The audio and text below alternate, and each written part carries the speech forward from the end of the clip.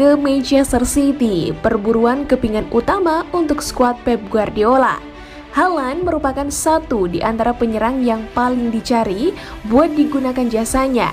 Setiap gerak-geriknya mengundang perhatian, sehingga memunculkan spekulasi klub mana yang dibelanya pada musim depan. Keadaan tersebut karena klausul rilis Haaland di Dortmund sebesar 75 juta euro atau 62 M pound sterling atau 81 M dolar mulai berlaku musim panas ini. Nominal tersebut belum termasuk biaya agen dan bonus. Peluang Haaland mendarat di Stadion Etihad sangat besar. Manajer Manchester City Pep Guardiola membutuhkan bomber yang haus gol untuk menambah kekuatan lini serangnya pada musim depan. Hanya saja manajemen Manchester City tetap berhati-hati dalam mengurus proses kedatangan Haaland, mengingat transfer pemain dengan nama besar selalu berjalan rumit. Kali ini klausul pembelian tidak akan menjadi batu sandungan. Satu-satunya tantangan adalah meyakinkan Haaland bahwa Manchester City adalah destinasi yang tepat. Meskipun uang jelas relevan, preferensi pribadi adalah kuncinya. Oleh sebab itu, Guardiola menjadi nilai jual utama dalam perekrutan Haaland ke Manchester City.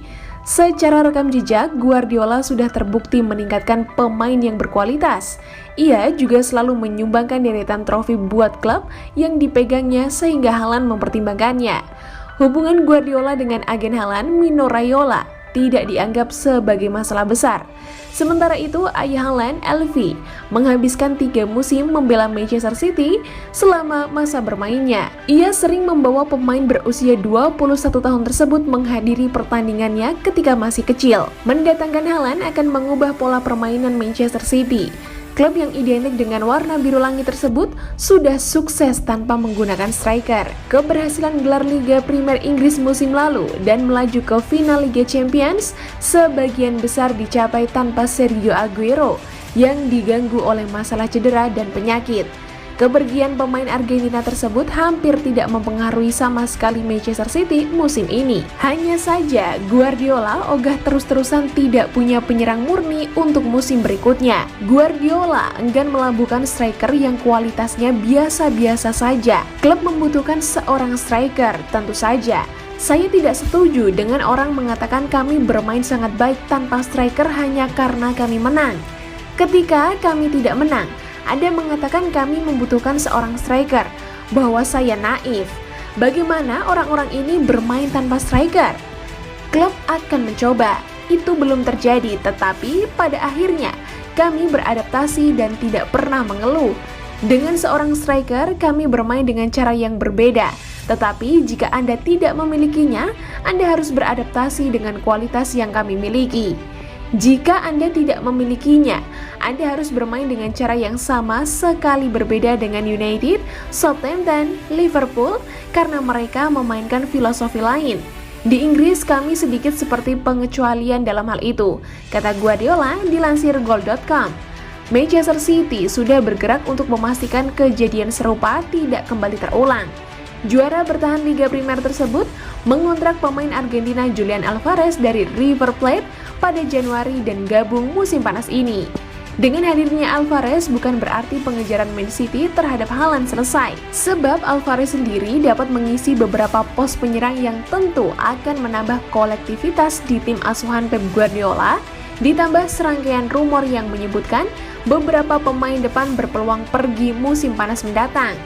Dengan serangkaian rumor yang berhamburan, patut dilihat bagaimana Pep Guardiola dapat mengatur tim Manchester City-nya pada hari pembukaan musim Liga Premier 2022-2023 jika Erling Haaland bergabung dengan klub musim panas ini. Kiper, bahkan tidak ada keraguan dalam posisi ini, dan mungkin satu-satunya posisi di skuad Liga Premier Manchester City yang tidak untuk diperdebatkan, Ederson. Pertahanan, Pep Guardiola kemungkinan tidak akan pindah dari 4 bek andalannya dalam waktu dekat. Dan pendukung Manchester City kemungkinan akan melihat Kyle Walker memulai musim ke-6-nya dengan klub sebagai bek kanan. Salah satu dari 2 slot bek tengah akan siap diperebutkan pada awal musim baru sekali lagi, dengan tidak satupun dari 4 opsi yang tampaknya akan pergi.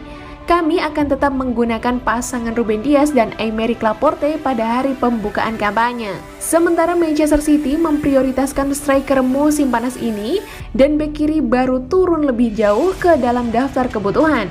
Joao Cancelo tampaknya akan memulai kampanye baru sebagai bek sayap kiri klub, tetapi bisa menjadi saingan serius Walker untuk sayap yang berlawanan jika pemain yang lebih alami di posisi itu datang di musim panas ini. Lini tengah, Rodri adalah pemain lain yang kemungkinan besar akan memasuki musim baru yang tak tertandingi untuk posisi barunya dan akan terus didukung oleh Fernandinho dengan pemahaman beberapa pihak bahwa pemain Brasil itu dapat memperpanjang kontraknya lebih jauh 12 bulan.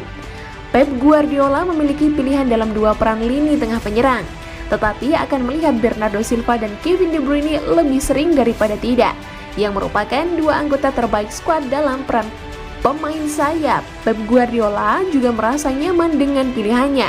Meskipun dengan 3 pemain memasuki 12 bulan terakhir dari kontrak masing-masing, yaitu Riyad Mahrez, Raheem Sterling, dan Gabriel Jesus, masih ada kemungkinan bahwa akan ada kepergian di lini depan.